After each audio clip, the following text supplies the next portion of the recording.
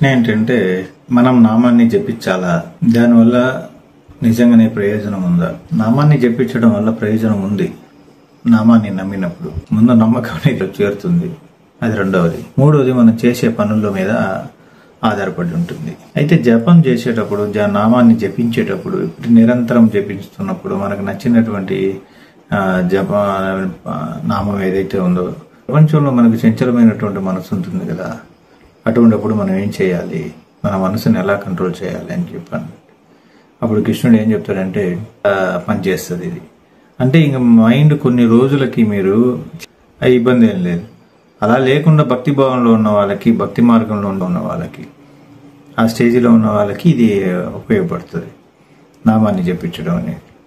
అందుకని మన ఆలోచనలు ఎక్కడున్నా, మనకి చెడు ఆలోచన వచ్చింది అక్కడ తీసుకొచ్చి ఆయన కూర్చోబెట్టి అక్కడంతా పవిత్రత అయిపోతుంది.